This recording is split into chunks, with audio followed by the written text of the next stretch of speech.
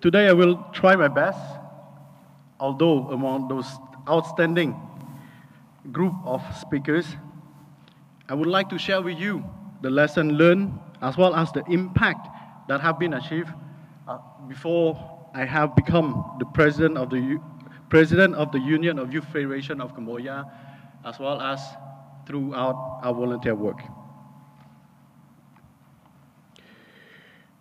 First of all, a bit about myself. Again, thank you, Pamela. My name is Hunmani, as you see on the screen. I was born on 27th of November 1982, right here. If you can see on the screen, that's me, the one on the floor crying. And believe it or not, I was born and with a set of hair. And luckily enough, that half of my day I was with hair, and now half of my life is without my hair. Hopefully it doesn't shine too much over you all. I did my elementary school here in Cambodia. In 1991, I was sent to France to continue my studies. And high school throughout, I did my high school, starting first from France, and afterward graduating high school in the United States of America. Pursue my bachelor degree in political science at Hofstra University in Long Island, New York.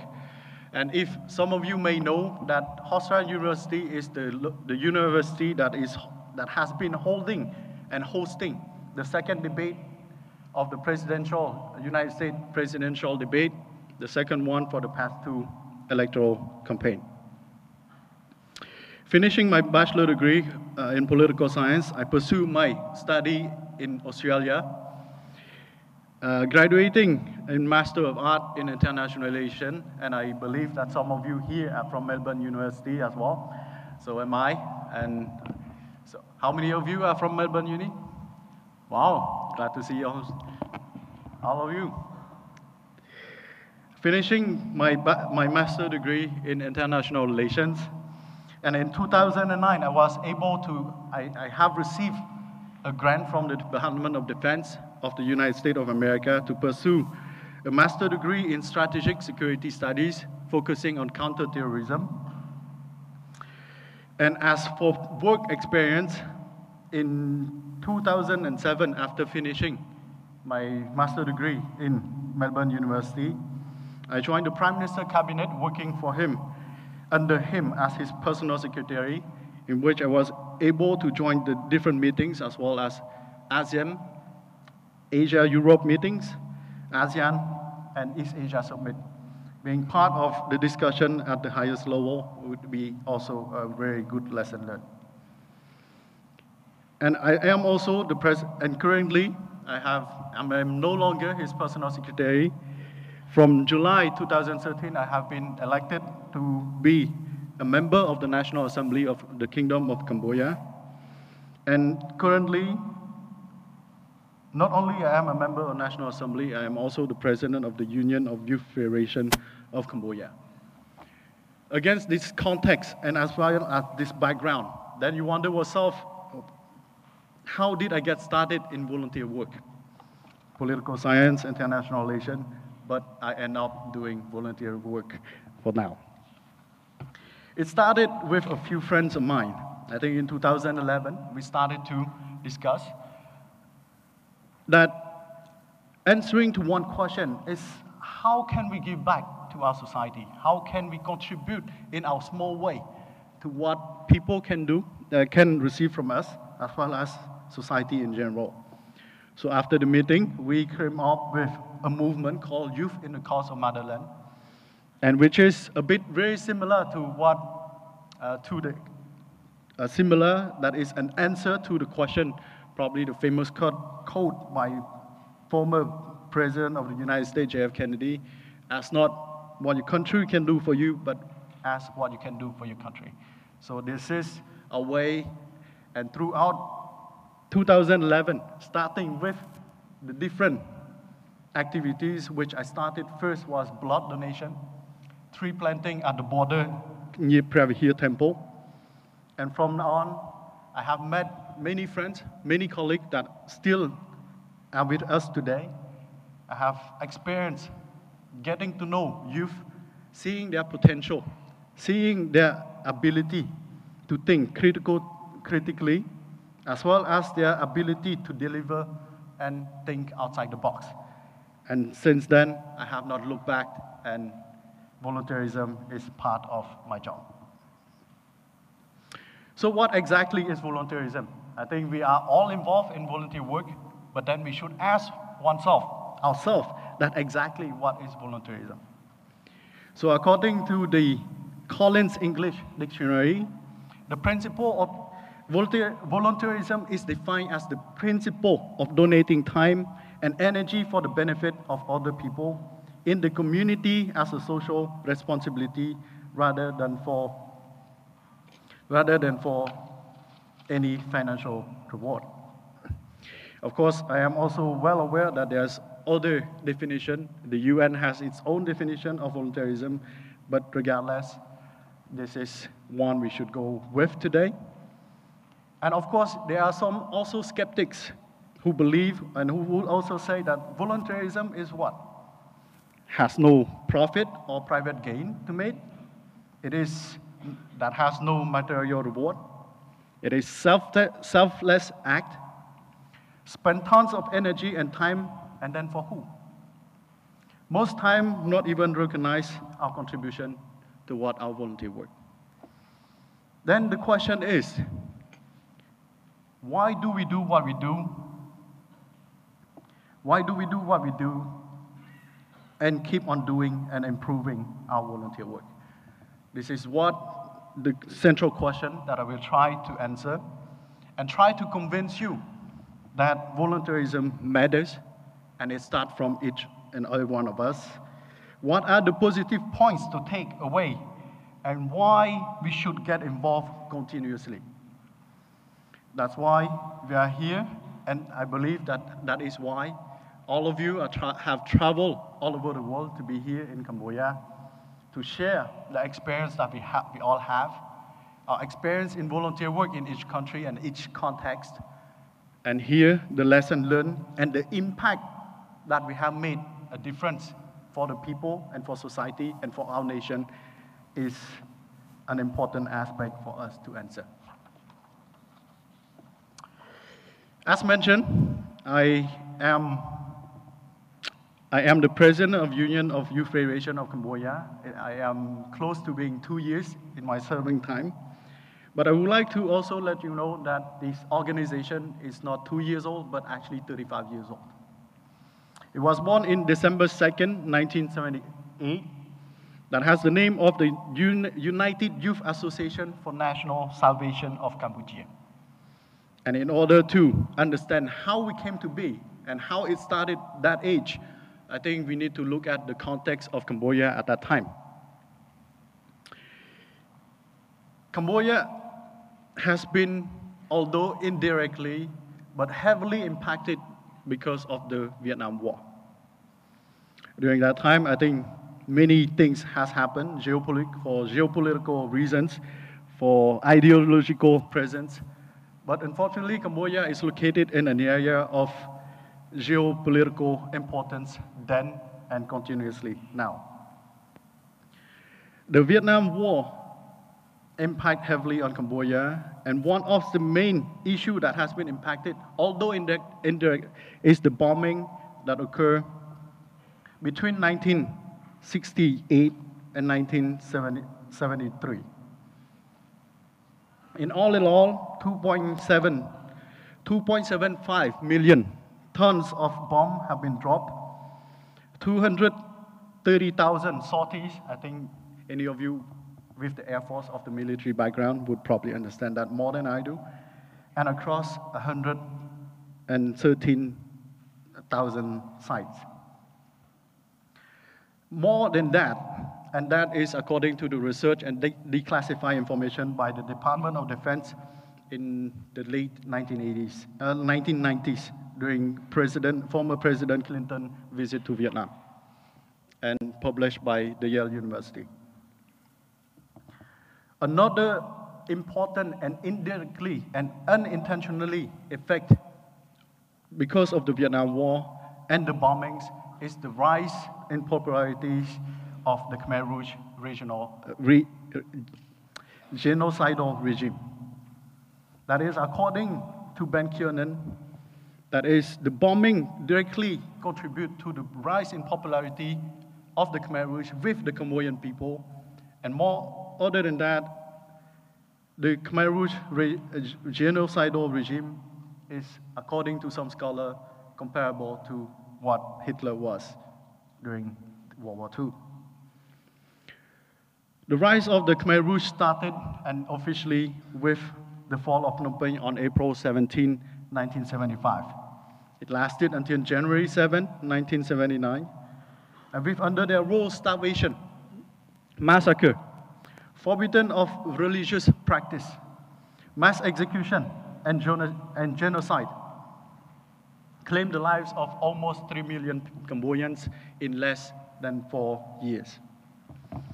The recollection is more closely depicted, and this is a picture from the movie, The Killing Fields. I believe that some of you may know about it, and this is what the proof and the movie itself is quite closely depicting what has happened during the 3 years, 20 days, and 8 months and 20 days under the Khmer Rouge regime.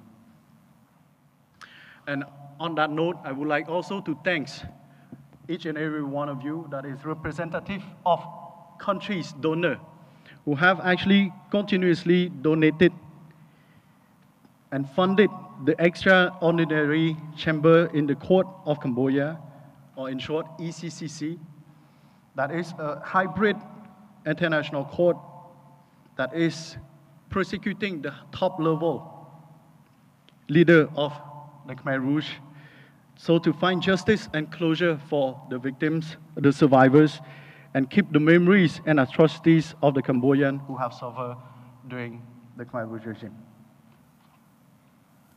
Facing that context, on December 2nd, many factions who opposed the Khmer Rouge gathered together to form the United Front for National Salvation of Cambodia, which the United Youth Association for National Salvation of Cambodia is one of the main pillars. Undoubtedly, the dream was to end the Khmer Rouge regime massacre, execution, and genocide, a better future for the generation to come. They met at Sunol district in Kraches province, planned to execute the offensive against the Khmer Rouge regime and the overthrow of them. And soon after December 2nd, 1978, the offensive against the Khmer Rouge regime and liberated Cambodia and then the country of their rule in January 7, 1979. They dream, they plan, and they carry out their action. And what is the result of the impact of what they have done then is the fruit that we are here. One of it is the fruit that we are here today, is the peace that we are enjoying. So mentioned, 35 years ago, we are now 35 years old. On December 2nd, we were born, known as the United Youth Association for National Salvation of Cambodia. In 1992, we changed our name to Youth Association of Cambodia, which is an NGO, in 1992. And after the third General Assembly, on November 3rd, 2012, the Youth Association of Cambodia was changed to the Union Youth Federation of Cambodia, and I was elected president until now. So what is UYFC? UYFC is the Union Youth Federation of Cambodia, is an all-embracing front and an umbrella organization unifying all youth movements without discrimination of race, of complexion, of sex, of language, belief, religion, social strata, and political tendencies in order to build Cambodia a state of independence, territorial integrity, national unity, peace, democracy, and prosperity. Our aim is to help train Cambodian youth to become the pillars and backbone of the nation, and as potential successor to preserve the past achievements, and to achieve social, economic development in the future. The resilience of Cambodian youth means the promising future for the nation. In another word, it is to create an opportunity for our youth to actively engage and contribute, as well as understanding our responsibility and ability to positively affect change toward our society and the future of our nation. Currently, UYFC family is getting bigger, and we have 24 branches all across the country. And from year to year, since 2012, we have received volunteers across our different events, about 20,000 volunteers each and per year.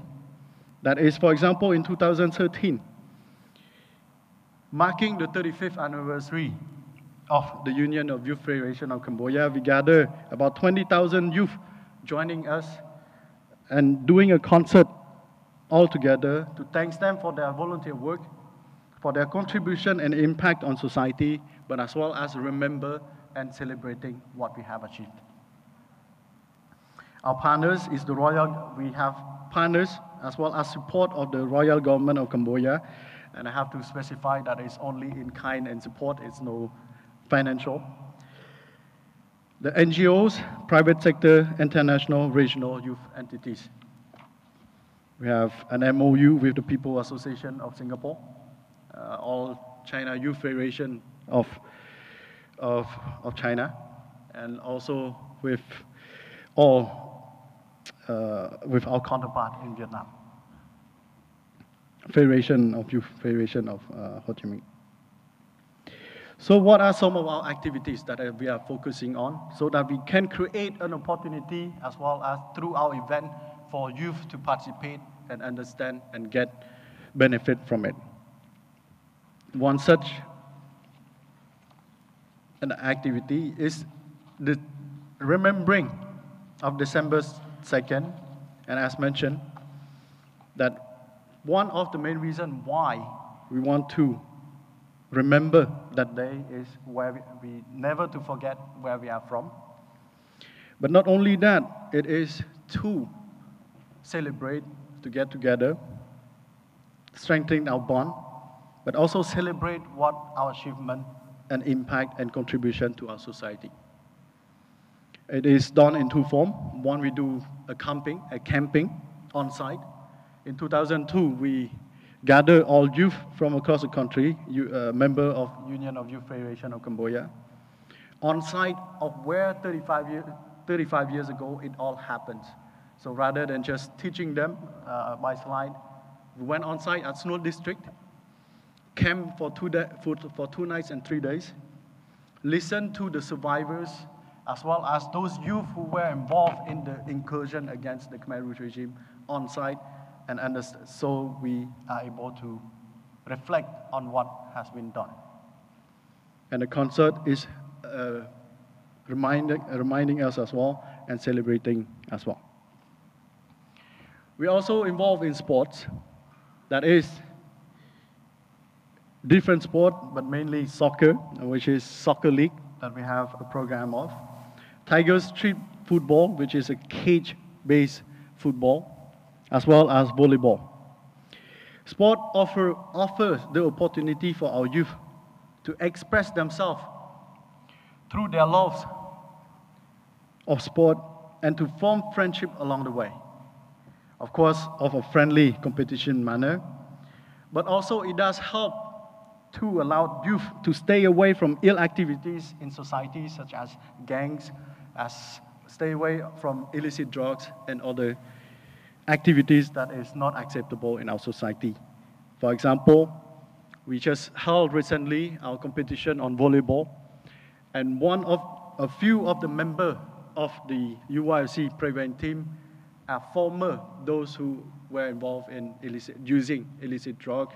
Now, involving in playing sport, they have get away from those lifestyles. Our community work. Our effort is to prepare ourselves to collaboration with the royal government of Cambodia as well as the Red Cross in case they need force and man labor in order to carry out disaster relief assistance.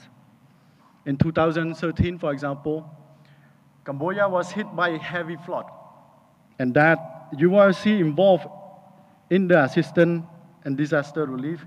Each province initiated themselves and take part in the disaster relief with the government, the provincial government, as well as the Red Cross government. In that, we can contribute in terms of manpower to assist our government as well as the Red Cross to assist our people. Youth and Clean City, it is a mechanism that which we actually join with the Ministry of Tourism, forming and promoting and raising awareness about clean city, clean environment, and the direct impact on our health. And one of the key messages that we want to promote into our youth is that each and individual action from us make a different impact. It is a difference between throwing trash yourself, and also picking up, doing the picking up by yourself. So if each and everyone take part in that, eliminating, changing from throwing trash, but just picking up trash, then overall approach would start from us. That is small action, but big impact as a whole. And just to have met some of the high school students who told me that I think one of the campaigns that we have done was promoting youth and clean city, and that's what I told them as well. And some of them actually mentioned that picking up trash, it's dirty, they would not do it, but only because they did not understand what would be the impact that they actually can contribute by them joining in advocating as well as in the movement.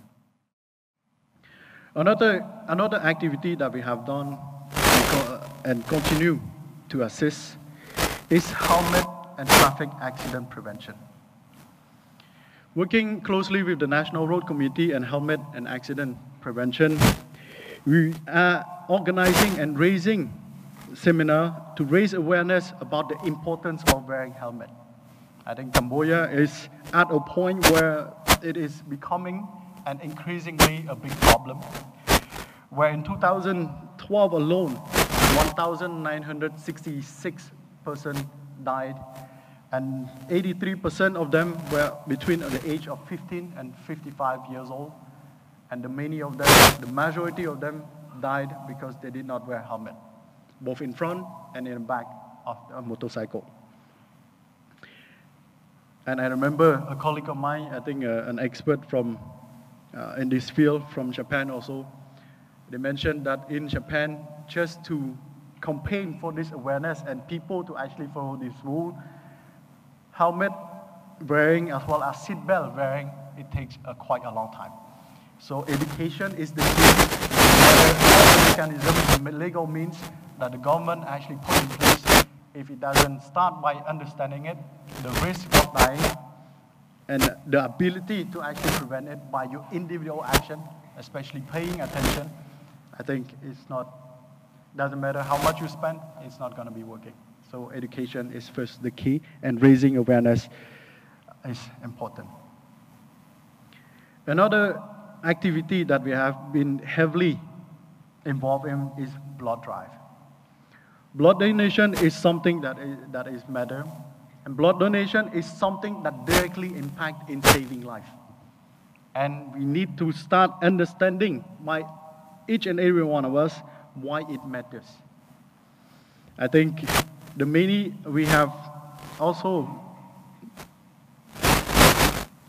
we've been informed that with those, for example, that every day it needs about 80 units of blood to actually donate for those affected and involved in traffic accident, and those also involved with other areas as well. So helmet and traffic accident prevention and blood donation go hand in hand. in UIC, of Kandal province, they have started and initiated what they call a blood bank, which UIC members actually donate their blood. They receive a card from the center, the health center, so that they can exchange if their own family member needed blood, and they will be on call to actually give donation of their blood. And this is one thing that we are looking at expanding nationally, and each UIC member at the provincial level have also taken the initiative to actually do so as well. I think blood donation is also important, and it does save life, considering that many of our mothers, maternity death at birth is also attributed to blood, lack of blood. I think although the number of maternity death rate is decreasing, which is very good news in Cambodia, but at the same time, knowing that you can help just by giving and donating your blood, not only you can save the mother who is delivering, and sometimes you can also help and assist the newborn baby.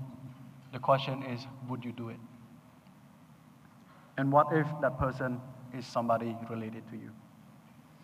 So making our youth understanding and aware that it is just giving blood, you are impacting and saving lives, is a matter that is important to us as well. Another campaign that we have been doing is anti-cervical cancer. In Cambodia, about 900 women die every year of cancer, and 90% of them are due to cervical cancer. It is something that we have recently started, and it is a risk, and that is important as well to us. And of course, there's many discussion of why men need to be involved in advocating and raising awareness as well. Women need to understand, and they have been promoting as well as advocating. But if husband, brothers, or fathers join hand and try just to warn and offer opinion for women, wife, sisters, or friends, just to go for a checkup, because cervical cancer is 100% preventable as long as you continuously do the checkup. And of course, it is a matter for us men to consider very seriously as well, because without women, there won't be us either. Of course, other than those community service, we are also involved in promoting as well, educating our youth of the next generation, of this generation, including myself, about the heritage and culture that we have, as well as the traditional, which is we as youth are proud to have and need to learn, as well as continue preserving it for the future generation to come. So since 2013, we have celebrated an event called Angkor Songkran, which is take place during the Khmer New Year in Siem Reap. And our main objective and our intention was to turn Siem Reap back in time, in an area where, at the closest possible, the lifestyle of that era. So during 3 days, with our youth volunteer, the clothes are also different. The activities and the livelihood is also different. And the main idea of creating events such as Angkor Songkran is to promote our heritage and culture, but offer the experience so that our locals and international friends can actually enjoy, can discover what is the traditional games, traditional dance, and other activities related to Cambodian culture. And of course, in the spirit of unity, solidarity, and love.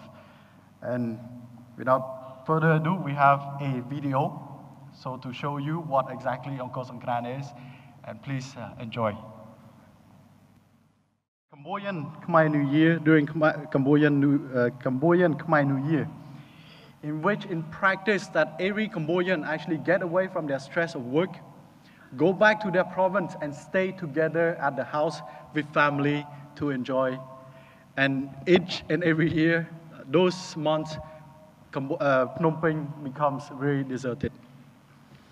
So what we wanted to do is to recreate.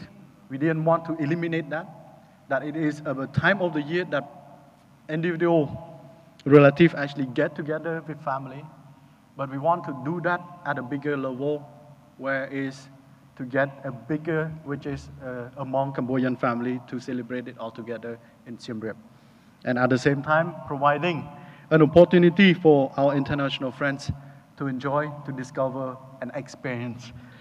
And I would like to also, not as an event promoter, but we are already in the preparation stage of Angkor Songkran 2015, that we will make it bigger next year. And of course, I would like, with your participation, it will make the festivity of Angkor Songkran 2015 even a better and a bigger celebration to us. So the dream was to create that event that everyone can actually enjoy, everyone can forget their stress, and actually join us all together at Siem Reap. The preparation stage, like in the video that you have seen, the planning took about 2 months, and each and every one of us actually joined.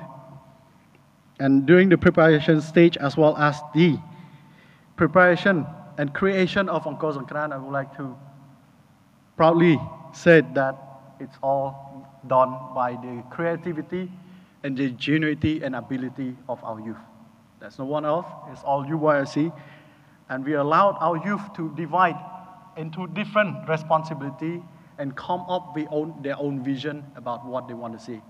Some of you, in the video, you may have seen an area where you have kind of house in the background and people then sitting in front. Those are completely man-made because it is an area that is preserved by UNESCO. And only during those 3 days we are able to construct those houses to actually make the performance more realistic and going back in time. So as a result of our preparation,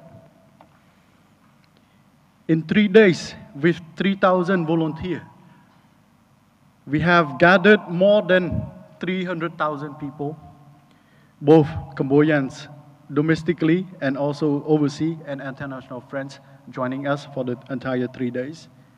Our direct contribution and impact is $30 million US in terms of economy giving to our people and the Siem Reap economy. That is from what we do, and then the impact is as it has seen. During the event, we showcase different games, our Talk of War, and of course I have to give all the credit to our youth volunteer as well as our working team. Without them, there would not be Angkor Songkran. Without them, there won't be the success of Angkor Songkran. For example, Talk of War. 1,000 youth, actually more than 1,000 youth participated, and we actually, for the first time, break our national record of Talk of War. Stone art workshop, which is in Cambodian term, Pachak Silatan. I'm pretty sure that many of you who actually have seen Angkor Wat and have been to Angkor Wat have seen the monuments and the heritage that is one of the wonders of the world. But have you ever actually learned and see specifically how and where the stones are fetched, brought, because there's no technology, brought to the area of Angkor Wat, carved and assembled into the monument that you see at the final stage. And stone art workshop is an idea come up with by our youth working team, and all of them come up with the reenactment of how, from start to finish, we bring our stones, carve it, and actually assemble it all together by man-made. And of course, we do not forget all the contribution of the different countries that have been assisting us in preserving and restore rating our national heritage and world heritage. Angkor Songkran also showcased Lebogotao, which is a martial art, a traditional Cambodian martial art that is inscribed within the wall of Angkor Wat. That has been long lost, but now put back and bring back and re-elevated to its status. Of course, the happiness and the fun that comes from traditional games, traditional popular games, and traditional dance, and of course with our youth volunteer wearing the traditional clothes of that time rather than the clothes that we have today.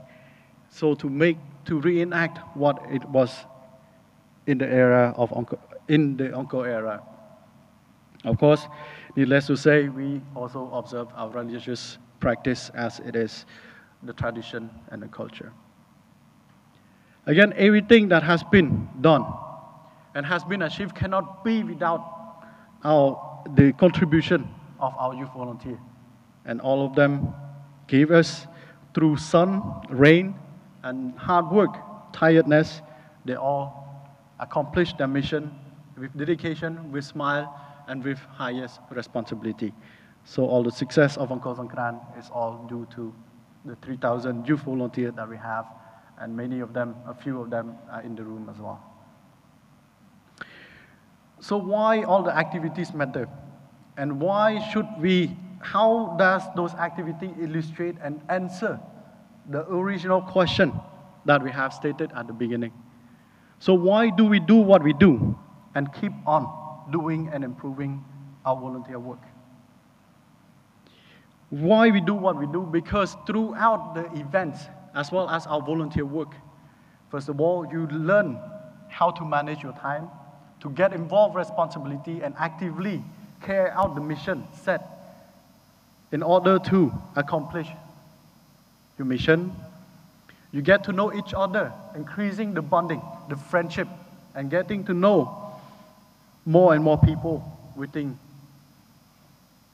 the group that has the same mindset. And the experience that you gain from preparation and from implementation of each event is a skill that cannot be acquired through classroom, but it is a know-how that you must be acquired through learning and implementing. Other than that, and more importantly, it is the impact that each and every event that we actually do does impact on the people as well as society. For example, understanding that our individual donation of blood can impact and save lives of another or of loved ones of another definitely make our work worthwhile.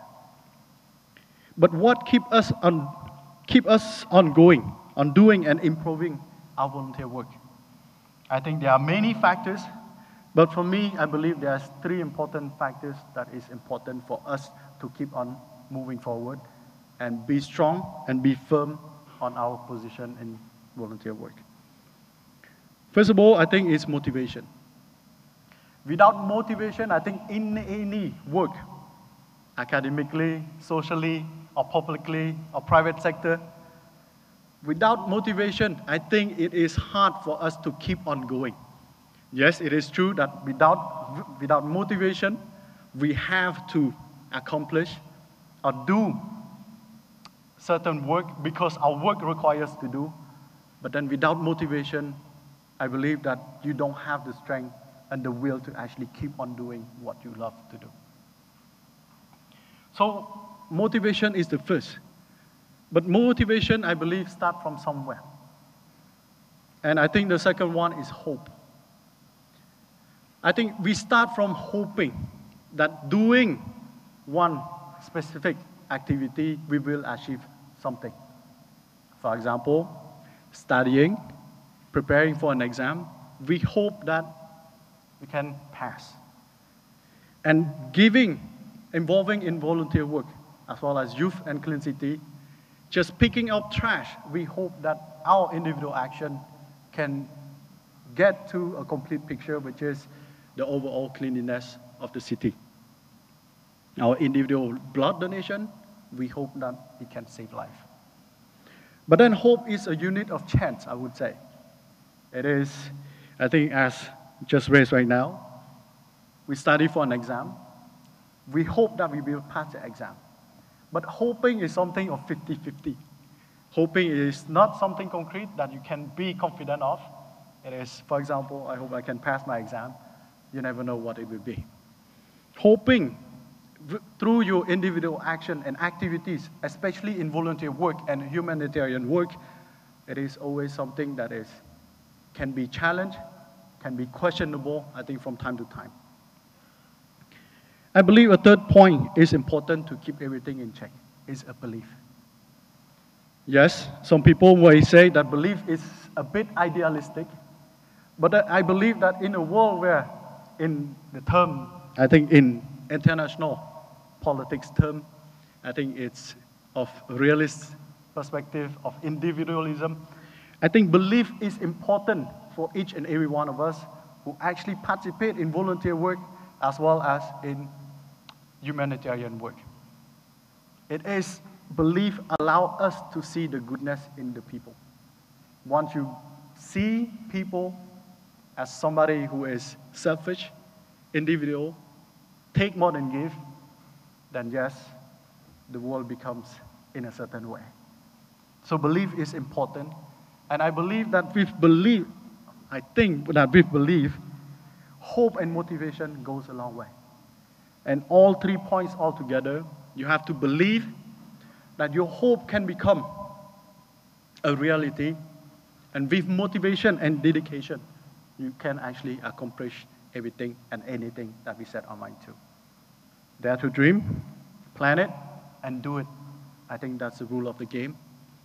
And it is important that those 3 points combined together keep us believing, hoping, and with our individual motivation, we can achieve anything and everything we set our mind to.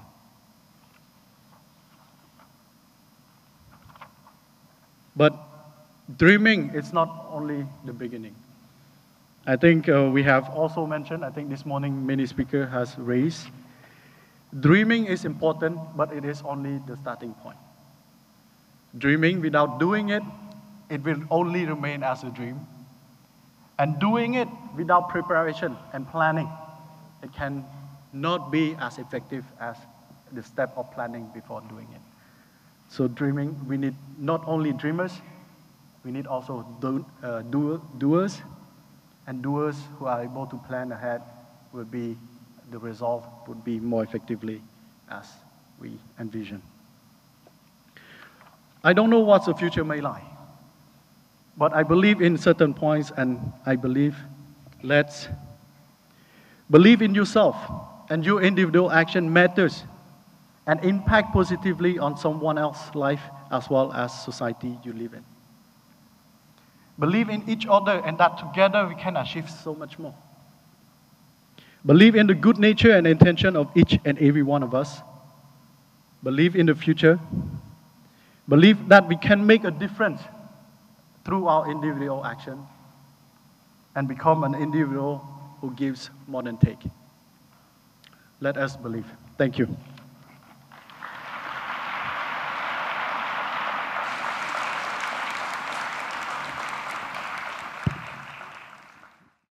That is a really great presentation. Yeah, I'm a delegate from Taiwan and really glad to be here. So just as you said, I think one thing, I'm not asking the question, I just want to share. Okay. I've got to make it quick then, because we really want questions. I think believe what you do can make an impact or matter for someone else. It's the same important as you have to think in other people's angle. You have to stand in other people's shoes, right? You're not doing it like imagine it, you need this, so I do this for you. You have to find out what people need. You have to observe the demands, observe what people are in difficulties, and you put your effort in it. So I think thinking for other people, compassion is very important too. Thank you for your sharing. Thank you. All right. And again, we'd like you to address a question, and we appreciate that, but we want to make sure that we can get through as many as possible. So. My name's Ben from Australia, and first up, I'd just like to say thank you for sharing with us today. I was wondering, personally, how do you inspire those three factors of motivation, hope and belief of the people you work with? I think personally, I did it through my own experience. I think I believe that each and every one of us have a different feelings about it. I think even the order of the wording are also different. But I take it from my experience of how actually I see it and keep myself the motivation of going forward. So that alone, the experience that I have for almost 3 years now in terms of volunteer work, that we need to identify key factors that keep us moving forward and keep on doing selfless acts to give more than take in order to realize that what you are doing is the right thing. Because along the way, including myself, I think for the past 3 years, have many people who ask me, what's the point of doing what you do? What's the point of paying so much attention and giving so much time to those work? There are so many other work, including my boss at the National Assembly, who is asking me why I'm not at the National Assembly less than on the floor wearing a UYFC shirt. It's the same thing. So along the way, if you there will be a lot of challenge that can make you question what you are doing. So identifying key factors, why, and to explain to yourself what your action matters, keep on doing it, it's the right thing. I think that's important of identifying. And I agree with you, there's possibly other factors that each and every one actually think to, relate to, but those 3 points are really of my personal experience alone. Thank you. Thank you. The young lady here. Go ahead. Hi there, I'm Harriet from Australia. That was a really interesting talk. I guess I'm just wondering, with the idea of volunteerism, I'd really like to know how we can shift it from something which just happens in the moment and just happens over, a few weeks when somebody's in country doing, something in a school or an orphanage, to a contribution that's brief but becomes something that has a far-reaching impact, I guess. Thank you for your question. I think that is, again, something that I felt that I think volunteerism is a very international term, and belief, and as well as delineating with event-based volunteerism to something that is more mechanized, have a foundation and have a stronger believing in the impact that we actually contribute to. I think that is important, and I think it has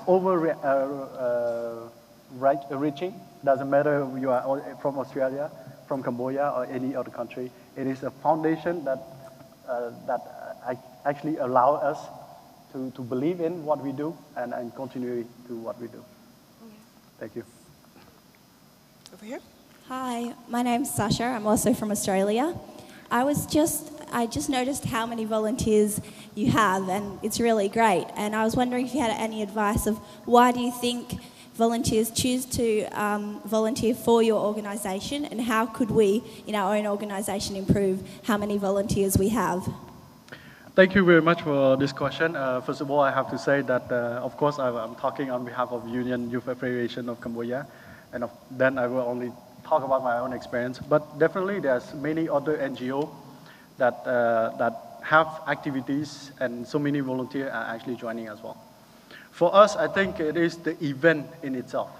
I think what we are trying to do is to formulate an event, but an idea behind the event, what is it about? I think, like, for example, on Kosongkran, I think we only enumerate and let our volunteer know what it is all about and what is our intention. Then and then their motivation to actually join us is really their own, and their performance actually getting back from that, from understanding the vision, why we are doing it. I think that's what keep them joining our event, and as well as keep on going with us as well. Okay, thank you. Thank you. While I move over, can you also tell us what age group do you start at? I'm sorry? What age group, what are the ages of the youth that they can come into the organization? How old are they? It is between 18 and 30. Okay. And also, but of course, we are not limited only to that, but we have also from 15 to much older than just 30. and we welcome them as long as it is part of the event and purposely during the intention that we want to do. Okay, great. Thank you. Gentleman here. I'm Ravi from Sri Lanka. Many. As I mentioned earlier, I hope very nice presentation. You have done very nice presentation. Actually, it's comment for you and this organization presentation. My question is very simple. I would like to know the answer for this question. How many youth organization in Cambodia and under your youth federation? I would like to know the activities and the impact in our national development and youth empowerment. Thank you very much. How many organizations? How many different organizations within the union? Youth Federation and Cambodia. Thank you. Thank you very much for this question. I think at Central Committee members have a representative from the Scout, from the Red Cross, as well as from youth association throughout university, both public and private. And we also have a youth representative from the private sector as well. Okay, let's stay on this side, then I'll come to you. Young lady? Can you wrote? Hello, good afternoon. It was a pleasant speech. I'm a delegate from the Philippines. My name is Ren Villegas. Hi. I'd like to ask, if you were in a country that is very diverse, especially with culture, the religion, and the language, since we have a lot of dialects in the Philippines, how can you bring people together using your 3 factors? Thank you very much. I think that's a tough one. That was a doozy. Thank you. If I'm not mistaken, you are speaking on the context of Philippines or Cambodia? You are asking for the context of Cambodia or the Philippines? From your perspective, any would do. For us, for example, we do have different dialect and also different religions. But one thing that comes out of the bad experience and history that we have is that throughout the genocidal regime of the Khmer Rouge, anybody that comes out after the liberation of Cambodia, everyone is considered as Cambodian. And everyone have that mindset. So in terms of having, getting together, and we don't have a big issue of identity. So everyone actually go together, and again, it starts with that history that is horrible. But I believe that it is a tough question. I think it's just good food for thought for all of us. No, definitely. How can we do that and apply that in our own lives? I think the experience of many countries that I have seen, I think Singapore is one, the Philippines is one, China that has more than, I think, 40s or 50s dialect and also ethnic group. Myanmar is, I believe, is meeting some quite a challenge as well. I think there's many factors. I think dialogue is important, first of all, and understanding and an inclusive community and identity base. I think for a national unity is important. But again, in terms of implementing it, that's another story. Thank you. I think I would probably learn more from your experience at the Philippines, actually. Sorry, I don't have very much an answer to that question. All right, thank you so much, sir. Thank you. Okay, and the gentleman right here. Good afternoon. First, I'd like to thank you for that really, really good speech. I'm Hari from the Philippines as well. And my question's also a little bit complicated. With most projects, money always seems to be one of the biggest perceived hindrances. How would you bridge volunteers and the financiers or people who want to support? How would you link them together? Thank you very much. I think that is always the hardest point, and that's why I reiterate that the royal government of Cambodia actually doesn't sponsor us financially so much, rather than support us, I think, in terms of what our event is. That is always the biggest issue. I think in bringing our volunteer work, our volunteers to actually to assist in realizing an event is always crucial. I take the experience of Hong Kong Songkran, for example. What we do is try our best to make it the event that is sellable to marketing, to actually private sector. So during Angkor Songkran, we have many private sector, private company actually assisting us in that matter, as well as we have individual private donors that actually understand what we are trying to do and also contribute heavily to our different events as well. But again, that is always an issue. But what we try to learn, I'm not an economist or business mind myself, but I'm lucky enough that my team actually know how to do marketing, and actually it does help a lot. It's not 100% there yet, but definitely calibrating your event so that it is sellable, it is marketable. I think that is one important thing. It's never easy. And one good thing that we are very proud of course, is the basics for volunteerism is we only accommodate our youth volunteer with accommodation, food, and stay, but no monetary reward.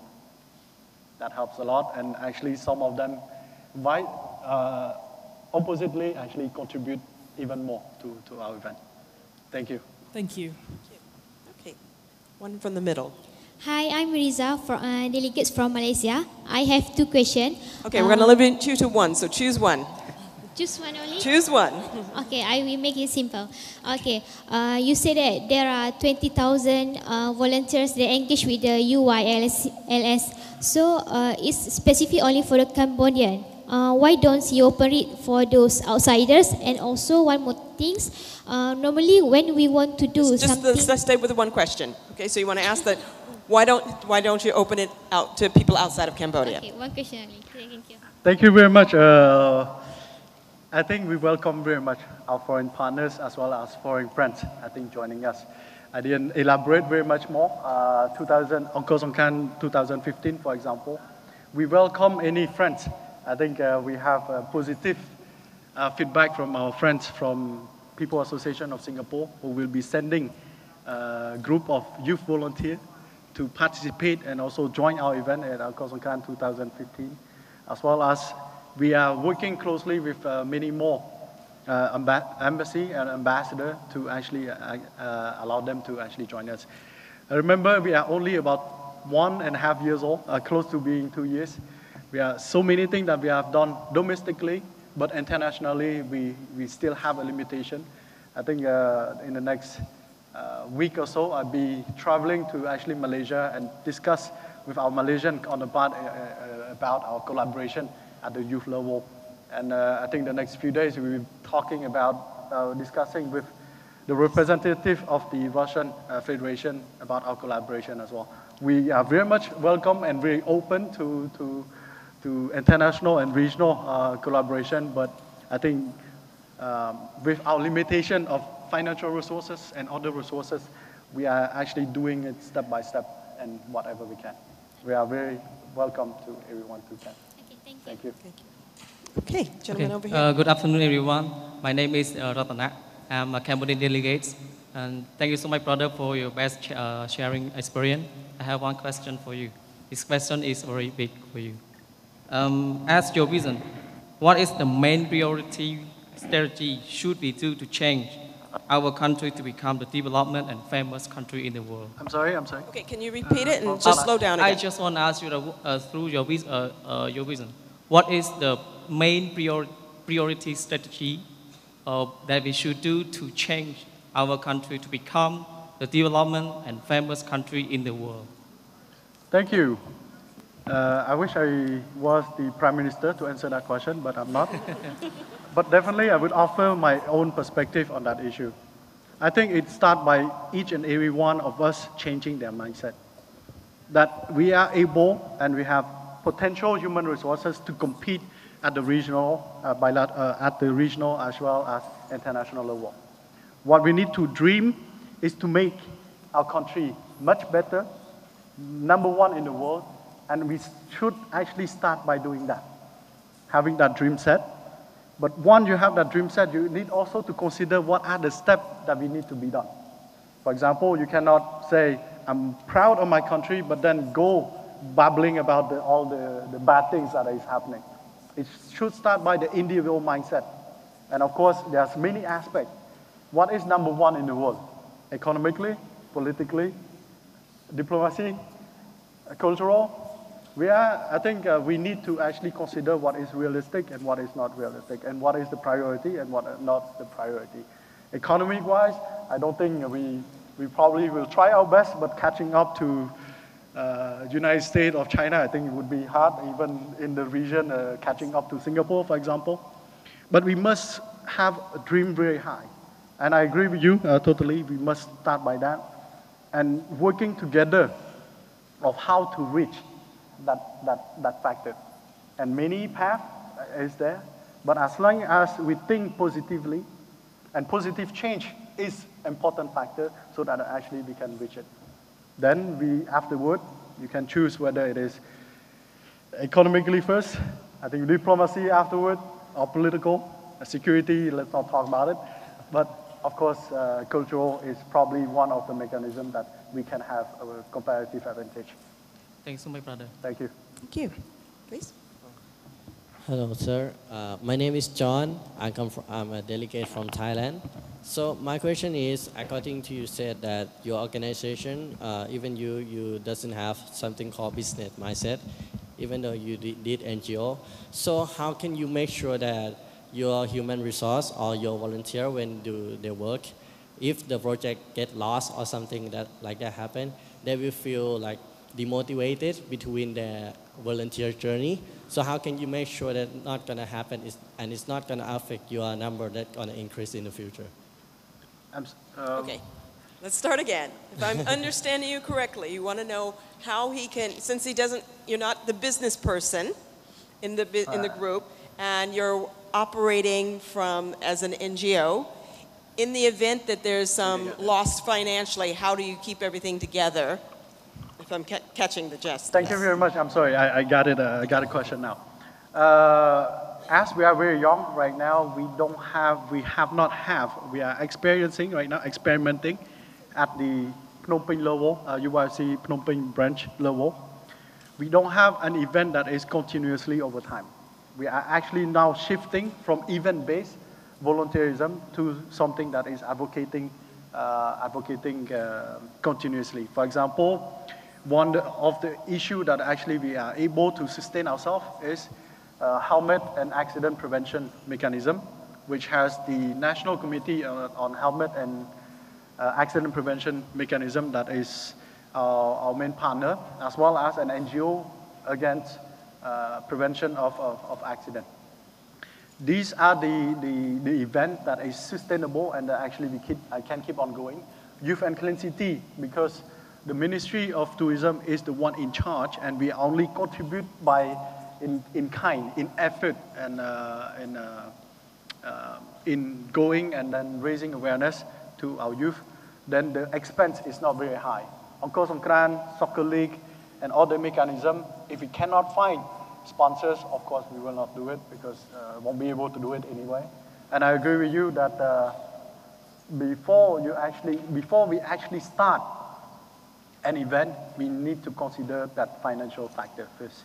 If you are not able to actually do it, and the event does not gather enough sponsorship, then of course we won't be able to actually move forward, and we won't be actually publicly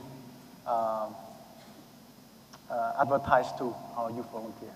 So it is really dividing event-based volunteerism and also which is a continuous event for volunteerism. Thank you. Great. And over here? Hello, good afternoon. I'm Tolga. I come from Mongolia, came from Mongolia. And are you planning to do like international projects, which there's like World Dignity Day, World Hepatitis Day, which it happens like everywhere around the world at the exact date of like some month, some date. Are you planning to do like any international projects with different countries, cooperating with different NGOs? Thank you very much. I think this is something that we are looking at, and the truth is that I haven't actually detailed what is our plan for 2015, but this is one thing we are looking at. Again, URC domestically, we are strong, we are the biggest NGO, but internationally, we have our limitation as well. And because we don't have there are certain events that government actually support us, but not really the main actor in sponsoring the event, then for us, our event must be considered how much outreach we can have and also how much we can spend to sustain ourselves in that matter. So yes, we hope that one day we can host an international event which UYC can do. We have done so in the past, which is very small. It's not small, but for us it's quite big. It's the Asia Youth Forum, that in which I think we have delegation from Mongolia as well. But our partner is the Asia Youth Council of Malaysia, who is the head, and as a member, one of our central committee member is the member of a vice president of the Asia Youth Council. We were able to host that international level seminar in Cambodia last year. But yes, thank you very much for that question. We have our limitation, but we are looking forward that one day we actually be able to host that international event. A future activity for you, right? I'm sorry? I said future activities for you. Yes, okay. Thank you. We'll stay at this side here. Thank you for that. Go ahead. How you doing? My name is Chris from Canada, and my question is, basically in North America, despite being a first world country, we still have a prevalence of issues such as poverty, high school debt, and despite what some people might think about our country, our continent, there are a lot of problems that make us tend to be very closed-minded, pessimistic, and unfortunately they might not have an opportunity to go to Cambodia and learn more about some of the achievements that your country and your organization have made. So my question is, what are some of the Cambodian values or aspects of your leadership that you would recommend Canadian leaders trying to enact change in our country to pursue or to learn? Thank you very much. I think that is really crucial and really important. I think it starts everything by understanding and knowing each other. I think, and that's why dialogue is important. And as youth is the future of leaders of the next generation, so I think increasing an environment where there's direct discussion and communication between the two countries at either government level, at people-to-people level, I think it would definitely enhance the understanding, the mutual understanding. And the value that we have, I think there are many, but I think it's all start by first understanding and trying to understanding each other. And in order to do that is really to come to Cambodia. I think vice versa, I would say a bit hard for example, if there was a Canadian youth organization to come to Cambodia was probably much better than us going to Canada, because I would say I cannot afford it. It's all financial issue, but definitely discussion and common understanding and mutual understanding must be created. But it cannot be, learning from each other through the internet or things like that. It must be people to people, and that is very crucial. Thank you very much. Thank you. Okay, young lady in the middle. Hi, my name is Rosa, and I'm a delegate from Melbourne.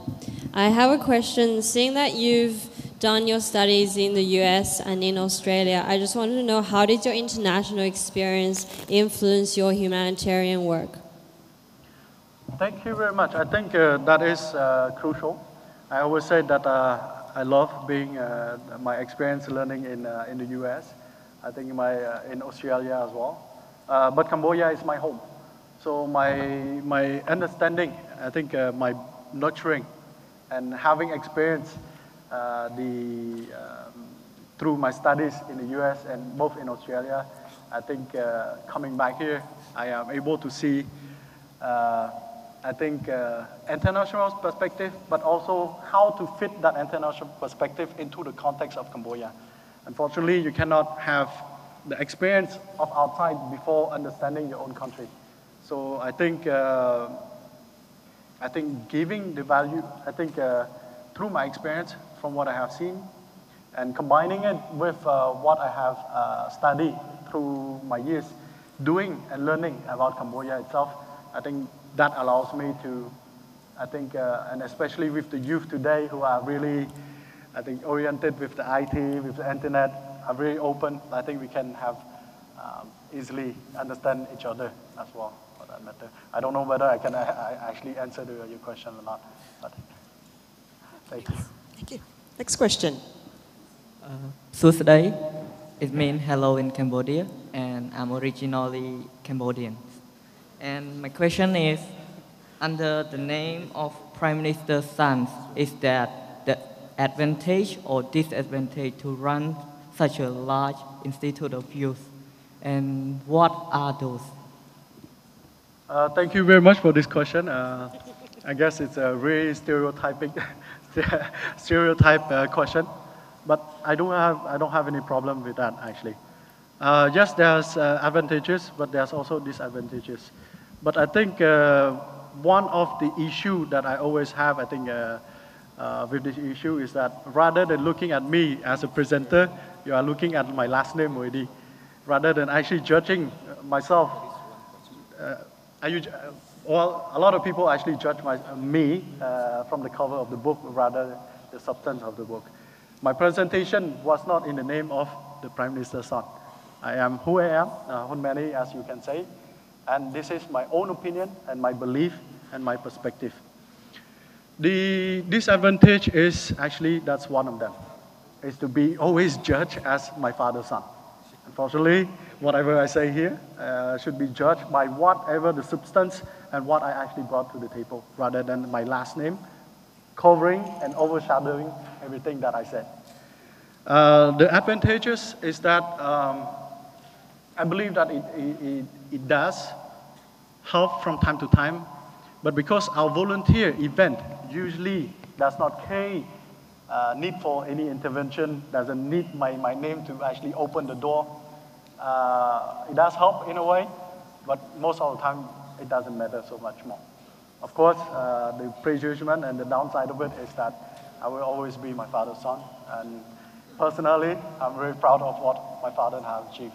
But that's at a personal level, at the work level and professional level, the presentation itself is what I am. And that came through in the presentation. So you can't fake passion. Thank you. So thank you for that. Okay, young lady in the middle. I just wanted to ask, a lot of us at university work on humanitarian projects when we're at university. Do you have any advice from your own experience or from working with youth about how we can sustain what we've done at university once we graduate, because we will graduate? I see. You mean the volunteer activities within the universities? Yeah, so we do these projects at uni and then we graduate and we all leave. How do we continue these projects further and sustain them? I see. Thank you very much for this question. I think the truth, I don't know so much of the concept of community-based at the uni level. But from my experience from the US, for example, in order to get to a good school, you need to serve community service. So it is something of a requirement and an extra credit for you to actually enter a good school. I think outside the uni level, I think you yourself must experience and decide whether actually you like volunteer work during your time at the university level, and whether after university life you actually want to continue. For example, I was not involved in volunteer work at the university level, but actually I came here, started and fell in love with it, and never looked back and never questioned what it is done.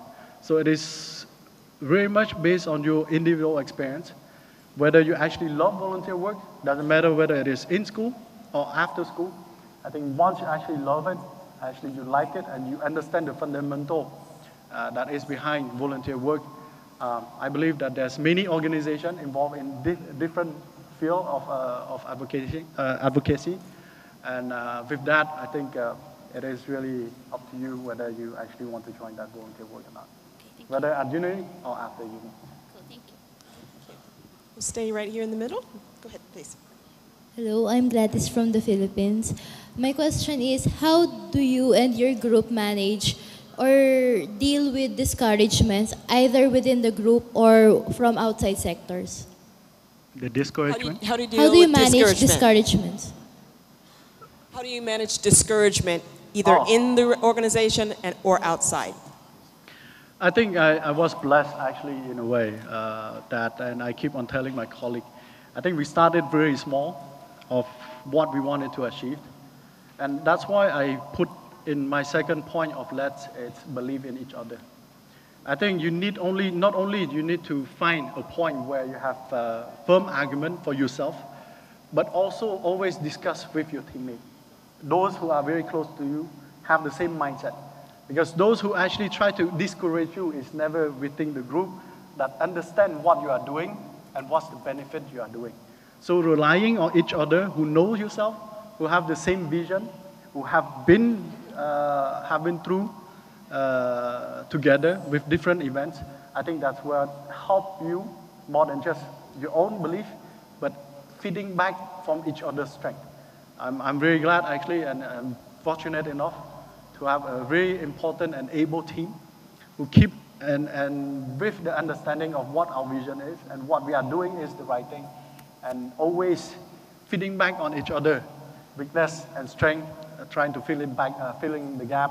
I think that's where I think it can keep you managing, moving forward on the right track rather than really focusing on whatever that person is criticizing or criticizing, because they don't know what you are doing. They have not experienced what you have done. And if they don't understand even the value of volunteer work, of course, it will be a side track for you. But then believe yourself and also believe in each other of the team that you have. And then everything could be fall in place again. Thank you, sir. Thank you. Okay. Right here. Hello, good afternoon. My name is Izwan. I'm from Brunei Darussalam. Yeah, it is really impressive for me to know that in your organization you have so many volunteers that are doing many kind of activities for this country. My question is that how do you really idealize the essential impact in the country, such as poverty, in the context of voluntary work? What are the ways other than motivation to attract more youth to participate in many kinds of activities in the country? Thank you very much. I think from my own experience on this matter is really spending time with the youth and trying to really explain what is your vision and what is your intention behind doing each event. Because I think if you tell a youth to do what or fulfill their responsibility without them understanding the vision and what is the intention behind the event that you are doing, I think there's no motivation and there is no dedication to it. But once they are able to understand what you are trying to do, and especially allowing them to actually not only participate, but actually raise their voice and inclusively put their own ideas into the event. For example, like on Kosongkran, as I mentioned, we allowed all the teams to discuss and what they actually want to see. And with that, it is the only driving factor and the most important driving factor why people actually keep on going, keep on joining, and actually making all of our events that we have done so far a success. Spending a lot of time with them, listening to them, and really share your own vision with them and make them understand and inclusively include what their vision is and their ideas within it as well. And that's Thank you so much. Thank you. Thank you. And staying right here. Hi, I'm Henry from Malaysia. Okay, you talk about changing the mindset of the Cambodian youth. So I'd like to ask, how do you change, or in what ways can you change the mindset of the Cambodian youth? Thank you. I think it depends on how narrow or how broad you define change the mindset. At which level, at the public mindset level, as a social level, or at the volunteer level that you are trying to define that mindset. For us, it's simple. We start by small. Rather than starting by big, we start by small. Because once you're understanding what you are doing and the impact that you can do, it's start all from there. For example, as I mentioned, I think going to high school, telling them that, okay, let's go and pick up trash. All they can say is, it's dirty. Why would I actually join you? But then try to explain to them how with their individual action can impact the change in our society. And if you are able to change that, switch that mindset just from a person who is not longer throwing trash, not only not throwing trash, but also picking out trash, I think that's where it starts. Rather than actually really think at a big level, you start by the small impact, and I believe that is more doable and more realizable.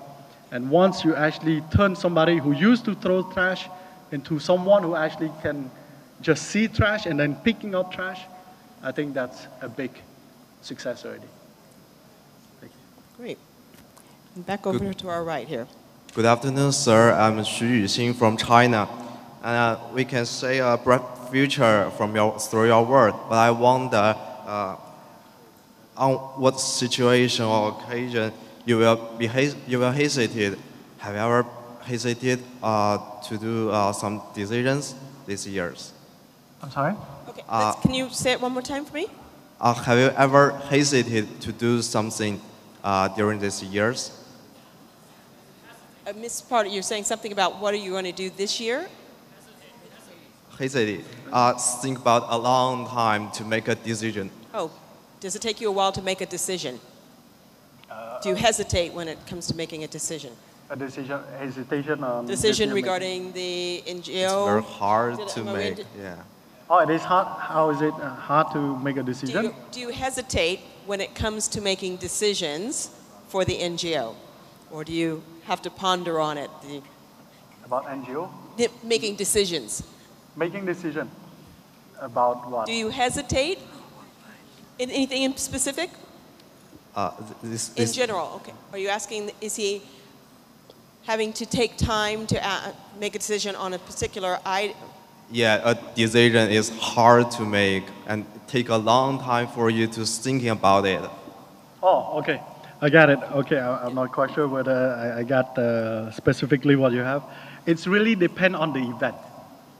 The level of responsibility and the level and implication of the event itself. If it is big, of course, you need a long time to assess, as well as discussing among working group.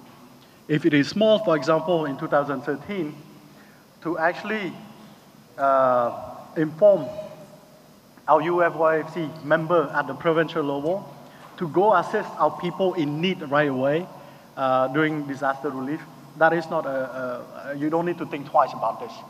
But then if it is on Koh Samkran, there's many factors that you need to factor in order to evaluate whether you actually move forward or not moving forward. So it's really depend on the level and how big is the event and how big is the implication attached and the criteria that you need to think about it. Impressed, thank you. Okay, thank you. Okay. Thank you for excellent presentation. My name is Bon Mao from, I'm blind, totally blind person, and also I come from Cambodia. My question is that, as your advice, will you include the disability into your youth group? As according to the UNCRPD of Cambodia ratified, and also the disability law in Cambodia. Thank you. Will you be adding in disabilities as part of the organization's, maybe you want to say bylaws? You talked about race, you know, it's void of race, age, political backgrounds, but he's asking, will you also be looking at disabilities? Can I repeat again? Yes, please. Okay. As your advice, will you include disability into your youth group according to the Cambodian ratified UNCRPD and also disability law in Cambodia approved? Thank you very much. I just understood. Thank you very much.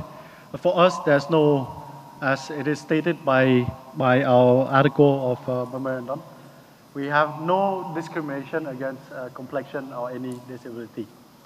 At the moment, we are in the process of rearranging our central committee member to include. But at the same time, although we don't have a representative yet, we have been closely working with the disability NGOs, including competition, a sport competition of disability, as well as other NGO involved with disability member. We do not have any discrimination. I can assure you that. But of course, it is a step-by-step working at the form. Thank you. Okay, coming to the middle. Good afternoon. My name is Hui Xin and I'm from Singapore.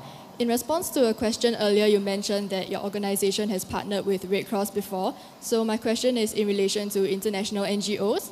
I'm not sure, but because there may be sometimes conflicts of interest as international NGOs have their own agendas and projects. So I was wondering, when it comes to working with international NGOs, what are some of the factors that you take into consideration? Thank you. Thank you. For us, very much so. We are a non-political NGO. And yes, we do. We have experience. I would not name which organization, NGO, that we have met that experience with. For us, it is very simple. Doesn't matter if we are the main organizer of the event or we are involved in collaborating with the event set by another NGO. As long as the objective and the goal is clear, that is non-political, then we are very happy to support and to join. But if it does carry political agenda or the hidden agenda, we actually tend not to associate because we are not an advocate NGO. We actually do volunteerism and humanitarian work. So when that happens, and it has already happened, we actually step back out because it is not in our intention to involve with any political agenda or set message. Thank you. Good afternoon. My name is Hannah Davis from Australia. Thank you very much for your presentation. My question is regarding the beginning of your NGO. From my experience, in most instances, when such an organization or organization as such is to be maybe started, you have difficulties in getting people to volunteer. Sometimes you have to promise them some money or you have to maybe give them some benefits. But you said in your presentation that you had 3,000 volunteers and you have 300,000 visitors. What did you do to motivate people to join you from the onset? First of all, I think it depends on what type of event there is. For example, the concert that we carry out to mark the 35th anniversary of ours, it is volunteers who are already member of UYC. So individual head of UYC organization at the provincial level can assist. And if they cannot assist only in the academic, in logistics, meaning that paying for the transport, accommodation, and also in food, then the central committee of the central headquarters will assist them in that regard. But we limit ourselves in really paying for accommodation and transport. We do not actually promise them money. Yes, it is an issue that you have mentioned. But for us, we leave it to the volunteer to actually make their own decision. We tell them straightforward that we don't have any monetary to promise them. So it is really up to them to whether join or not join. For Uncle Songkran, for example, they join. We only provide the food, the lunch, as well as water, just because they're actually rendering service and doing their work for us. But other than that, we leave it really up to them and very clear. There is no money to gain, and it's really up to you to join and not join. Thank you very much. Great. We'll take your question. I think we'll have time for two more. So you're one, and then two after that. I'm local delegate, and I would like to ask you a simple question that when you just finished your high school, what you have been dream and plan to do, and have you got success yet? Thank you very much. I think, wow, I feel old now. No, I finished high school. I didn't know what I wanted to do, to tell you the truth. My first day, although I got a bachelor degree in political science from Australian University, believe it or not, my first declared major was economy. But because both of my brothers are economists, they are majoring in economy. But after one class of macroeconomy and microeconomy class, I found out that I'm not at all an economist. So I just switched to political science just because I love history in high school. But to tell you the truth, I did not plan after high school what I wanted to be. I did not actually have a dream for that yet. Thank you. Thank you. All right. Hi, I'm Anuradha from Sri Lanka. My question is, your organization is a volunteer-based organization. Okay, slow down a little bit. Yeah. Just speak a little bit slower so we can catch it. Yeah, your organization is volunteer-based organization. So almost all, most of your members are volunteers. So if you're planning, there should to sustain your long-time work, there should be permanent or full-time people in your organization. That means you need money to pay them. Otherwise, full-time volunteerism is not practical. So my question is, how you sustain in near few decades with the volunteer base? That means you need to have some sort of paid or full-time volunteers. But full-time volunteerism is not practical in this commercial world. That is my question. How you sustain? Thank you very much. You got I think, I'm sorry. got the Yes, question? I did get it. I think we need to delineate and separate the two things altogether. I agree with you. Volunteer work is based on event that actually we create. But for full-time staff, of course, you cannot have them volunteer and not having salary. And that is a matter that you cannot avoid. And that is something that we are looking at. And of course, we have members, central committee members who are also full-time members and also supportive in terms of financial stuff. There's our able secretariat that is present here assisting a lot.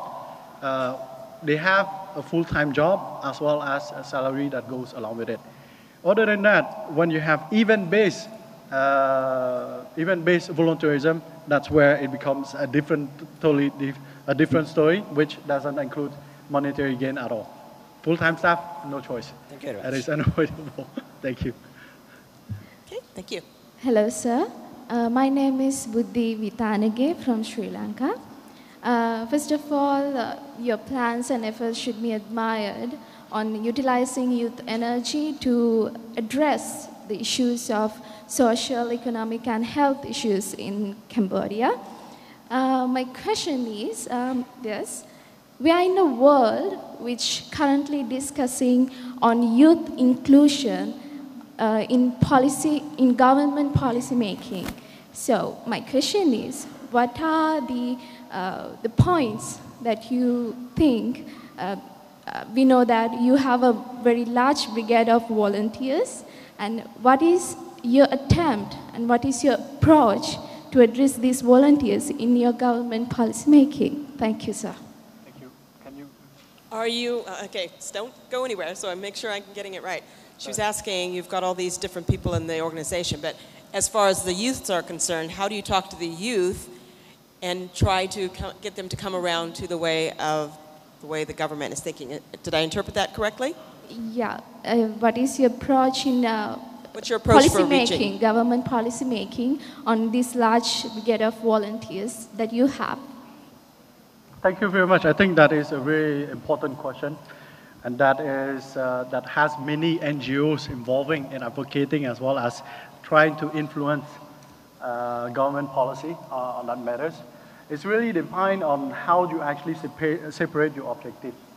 If your objective is to increase and create employment, for example, for youth after studying, or increasing the quality of education, if it is the objective of your NGO, then yes, you have to study, you have to advocate that the government need to incorporate your voice in their policy making. But all in all, I think NGOs, especially UYC, have a different kind of objective. It does not mean that we don't address that. It is an issue, and education is an issue that UYC take really seriously. And I didn't mention in the presentation, we also offer scholarship programs for our youth to actually join. But we are also working closely with the Minister of Education and Youth and Sport so that how we can find a balance and how we can influence policy making that is really addressing the issue of our youth. That is not our main objective of volunteer work because we do different way. But in terms of the main issue that is more social and that has an implication on policy making, we actually do it directly with the Ministry of Education, Youth and Sport. So actually, they actually hear what we have to say, and we actually relay what our youth is concerned and also have to say. But thank you. This is a two different issue. Thank you. Thank you. And the last question for this Hi, speaker. I'm Stephanie from the Philippines, and thank you for inspiring us, especially with your community works. And in line with that, I would like to ask, how do you deal with communities that are not responsive or that are not willing to accept your volunteer help, even though there is obviously a great need for it? Thank you very much. From our experience, we have not yet met that issue. But again, from experience, we have not actually met that yet. Usually, our people tend to welcome assistance. But our main purpose is to assist and to help.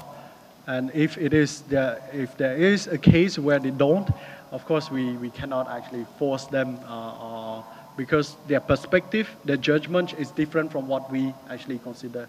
And from one of our colleagues mentioned earlier from Taiwan, is that one important thing that we need to consider in any volunteer work is to put ourselves in somebody else's shoe.